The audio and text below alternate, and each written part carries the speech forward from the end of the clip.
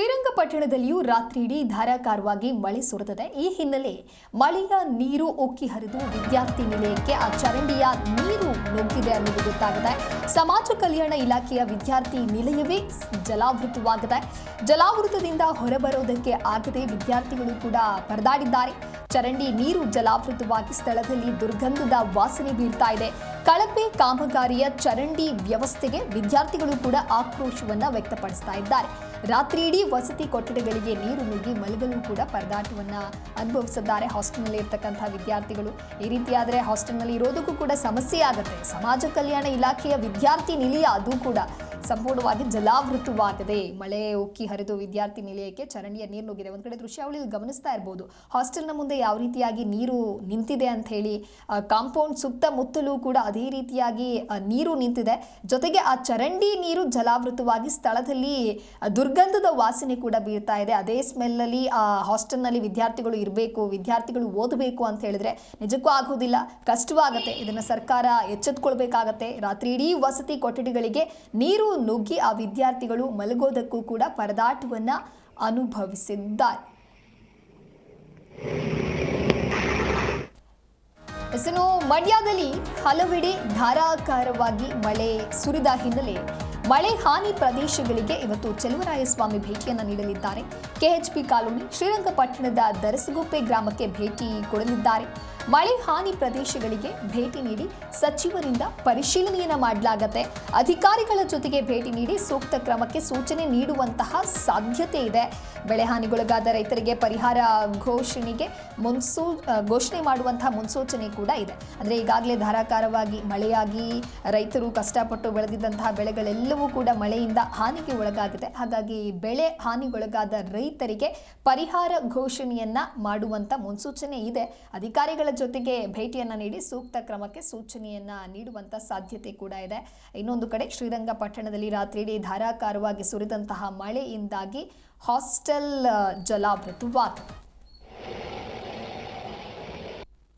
ನೀರೆಲ್ಲ ತುಂಬಿಕೊಂಡಿದೆ. ಅಲ್ಲಿ ಮೋರಿ ಕರೆಕ್ಷನ್ ಚೆನ್ನಾಗಿಲ್ಲ. ಅಲ್ಲಿ ನೀರ್ ಹೋಗ್ತಾ ಇಲ್ಲ. ನೀರೆಲ್ಲ ನಿಂತಿರೋದ್ರಿಂದ ನಮ್ಮ ವಿದ್ಯಾರ್ಥಿ ನಿಲಯದಲ್ಲಿ ಓಡಾಡಕ್ಕೆ ಸಮಸ್ಯೆ ಆಗುತ್ತೆ ಇಲ್ಲಿ. ಹಂಗಾಗಿ ಇಲ್ಲಿ ಎಲ್ಲಾ ಕನೆಕ್ಷನ್ ಕರೆಕ್ಟ್ ಆಗಿ ಸರಿಯಾಗಿ ನೀರ್ ಹೋಗೋ ತರ ಮಾಡಿದ್ರೆ ನಮ್ಗೆ ತುಂಬಾ ಸಹಾಯ ಆಯ್ತು. ಮತ್ತೆ ಇಲ್ಲೆಲ್ಲ ಗಿಡ ಎಲ್ಲ ಜಾಸ್ತಿ ನೀರ್ ಬಂದು ಎಲ್ಲ ಹಾಳಾಗ್ತಾ ಇದೆ. ಮಳೆ ಬಂದದಕ್ಕ ನಿನ್ನೆ ರಾತ್ರಿ ತುಂಬಾ ಜಾಸ್ತಿ ಮಳೆ ಬಂದಿದೆ. ಇದನ್ನೆಲ್ಲ ಸರಿ ಮಾಡ್ಬೇಕು. ಮೋರಿ ಕನೆಕ್ಷನ್ ಚೆನ್ನಾಗಿಲ್ಲ, ಅದ್ ಸರಿ ಮಾಡಿಸ್ಬೇಕು. ಹೆಂಗ್ ಓಡಾಡ್ತೀರಿ ಮತ್ತೆ ಈಗ? ಇಲ್ಲಿ ಓಡಾಡಕ್ಕೆ ಸಮಸ್ಯೆ ಆಗಿದೆ. ಸೈಡ್ ಇಂದ ಬರ್ಬೋದು, ಅದು ಕಷ್ಟ ಇದೆ. ಅಲ್ಲೂ ಎಲ್ಲ ನೀರ್ ತುಂಬಿಕೊಂಡಿದೆ. ರಾತ್ರಿ ಹೊತ್ತು ಬರಕ್ಕಾಗಲ್ಲ. ಈ ಕುರಿತಂತೆ ಮತ್ತಷ್ಟು ಮಾಹಿತಿಯನ್ನು ನೀಡಲಿದ್ದಾರೆ ನಮ್ಮ ಪ್ರತಿನಿಧಿ ಲಾರಾ ಪ್ರಸನ್ನ ದೂರವಾಣಿ ಸಂಪರ್ಕದಲ್ಲಿ. ಪ್ರಸನ್ನ, ಇನ್ನು ಶ್ರೀರಂಗಪಟ್ಟಣದಲ್ಲಿ ರಾತ್ರಿ ಇಡೀ ಸುರಿದಂತಹ ಮಳೆಗೆ ಸಾಕಷ್ಟು ಸಮಸ್ಯೆ ಆಗಿದೆ. ಬಹಳ ಪ್ರಮುಖವಾಗಿ ನೋಡ್ತಾ ಹೋಗೋದಾದ್ರೆ ಹಾಸ್ಟೆಲ್ಗೂ ಕೂಡ ನೀರು ನುಗ್ಗಿರೋದ್ರಿಂದ, ಜೊತೆಗೆ ಆ ಚರಂಡಿ ನೀರು ಅಂದ್ರೆ ವ್ಯವಸ್ಥೆಗೂ ಕೂಡ ಸರಿಯಾದ ರೀತಿ ಮಾಡಲಿಲ್ಲ. ಆ ಒಂದು ಸ್ಮೆಲ್ಲಲ್ಲಿ, ಮಳೆಯ ನೀರಲ್ಲಿ ಹಾಸ್ಟೆಲ್ ವಿದ್ಯಾರ್ಥಿಗಳು ಇರೋದಾದ್ರೂ ಹೇಗೆ ಅಂತ?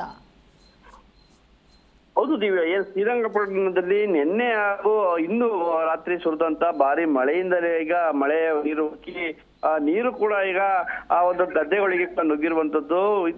ಮತ್ತೊಂದೆಡೆ ಏನು ಒಂದು ವಿದ್ಯಾರ್ಥಿಗಳ ನಿಲಯಕ್ಕೂ ಕೂಡ ಈಗ ಚರಂಡಿ ನೀರು ಸಮೇತ ಕೂಡ ಮಳೆ ನೀರು ನುಗ್ಗಿರುವಂತದ್ದು. ಪಟ್ಟಣದ ಸಮಾಜ ಕಲ್ಯಾಣ ಇಲಾಖೆ ವಿದ್ಯಾರ್ಥಿಗಳು ನಿಲಯಕ್ಕೆ ಈಗ ನೀರಿನ ಸಂಪೂರ್ಣ ಜಲಾವೃತ ಕೂಡ ಆಗಿರುವಂತದ್ದು. ಜಲಾವೃತದಿಂದ ಈಗ ವಿದ್ಯಾರ್ಥಿಗಳು ಹೊರಬರಲು ಕೂಡ ಪರದಾಟವನ್ನ ಕೂಡ ಬರುವಂತದ್ದು. ಏನು ಚರಂಡಿ ನೀರು ಸೇರಿ ಈಗ ಮಳೆ ನೀರು ಒಂದು ವಿದ್ಯಾರ್ಥಿಗಳ ನಿಲಯಕ್ಕೆ ನುಗ್ಗಿರೋದ್ರಿಂದ ದುರ್ಗಂಧದ ವಾಸನೆ ಕೂಡ ಈಗ ಒಂದ್ ಕಡೆ ಬರ್ತಾ ಇರುವಂತದ್ದು.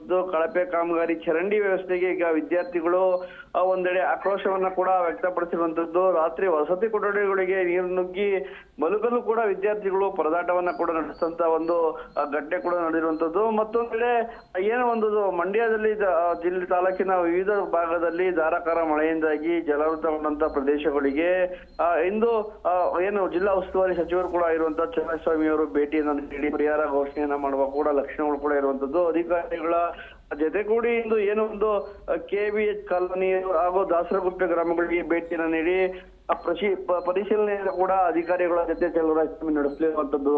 ದಿವ್ಯಾ, ಓಕೆ ಪ್ರಸನ್ನ, ಇನ್ನು ಗೌರ್ಮೆಂಟ್ ಹಾಸ್ಟೆಲ್ ಆಗಿರೋದ್ರಿಂದ ಸಾಕಷ್ಟು ಜನ ಫ್ರೀಯಾಗಿ ಅಂದರೆ ಎಜುಕೇಷನ್ ಜೊತೆಗೆ ಹಾಸ್ಟೆಲ್ನಲ್ಲಿಯೇ ಇರಬಹುದು ಅನ್ನುವಂಥ ಒಂದು ಯೋಚನೆಯಲ್ಲಿ ಬಂದಿರ್ತಾರೆ. ಆದರೆ ಹಾಸ್ಟೆಲ್ಲೇ ಈ ರೀತಿ ಅಧ್ವಾನ ಆದರೆ ಹೇಗೆ? ಜೊತೆಗೆ ಆ ಕಾಮಗಾರಿ ಕಳಪೆ ಆಗಿದೆ ಅಂದರೆ ಕೊಟ್ಟಂಥ ಅನುದಾನಗಳೆಲ್ಲ ಎಲ್ಲಿ ಹೋಗ್ತಾ ಇದೆ? ಈಗ ಏನೋ ಒಂದು ಸರ್ಕಾರದಿಂದ ಮಾಡ್ತಾ ಇರುವಂತ ಹಲವು ಕಾಮಗಾರಿಗಳು ಈಗ ಏನೋ ಒಂದು ಕಳಪೆಯಿಂದ ಕೂಡ ಕೂಡಿದೆ ಅಂತೇಳಿ ಕೂಡ ಆಗಾಗ್ಲೇ ಒಂದು ಪ್ರತಿಭಟನೆಗಳು ಕೂಡ ಆಗ್ತಾ ಇರ್ತವೆ ಒಂದೆಡೆ. ಇನ್ನೊಂದೆಡೆ ಒಂದು ಈ ತರ ಕಾಮಗಾರಿಗಳನ್ನ ಕೂಡ ಸರಿಯಾದ ರೀತಿನಲ್ಲಿ ಕಾರ್ಯನಿರ್ವಹಣೆಯನ್ನ ಕೂಡ ಮಾಡಿರಲ್ಲ ಅನ್ನೋ ಒಂದು ಆರೋಪಗಳು ಕೂಡ ಕೇಳಿ ಬರ್ತಾ ಇದಾವೆ. ಆದ್ರೆ ಇಂಥ ಮಳೆಯಿಂದಾಗಿ ಏನು ಧಾರಾಕಾರ ಮಳೆ ಬಂದಂತ ಸಂದರ್ಭದಲ್ಲಿ ಏನು ಕಾಮಗಾರಿಗಳ ನಿಜವಾದಂತ ಒಂದು ಗುಣಗಳು ಕೂಡ ಈಗ ಬಯಲಿಗೆ ಕೂಡ ಎಳೆಯುವಂತ ಸಾಧ್ಯತೆ ಕೂಡ ಇರುವಂತದ್ದು. ಜೊತೆಗೆ ಏನೋ ನಿನ್ನೆ ಸುರಿದಂತ ಮಳೆಯಿಂದಾಗಿ ಕಳಪೆ ಕಾಮಗಾರಿಯ ಒಂದು ಚರಂಡಿಯಿಂದ ಈಗ ವಿದ್ಯಾರ್ಥಿಗಳು ಪರದಾಡುವ ಒಂದು ಪರಿಸ್ಥಿತಿಗೂ ಕೂಡ ಬಂದಿರುವಂತದ್ದು. ಓಕೆ, ಥ್ಯಾಂಕ್ ಯು ಪ್ರಸನ್ನ ನಿಮ್ಮೆಲ್ಲ ಮಾಹಿತಿಗಾಗಿ.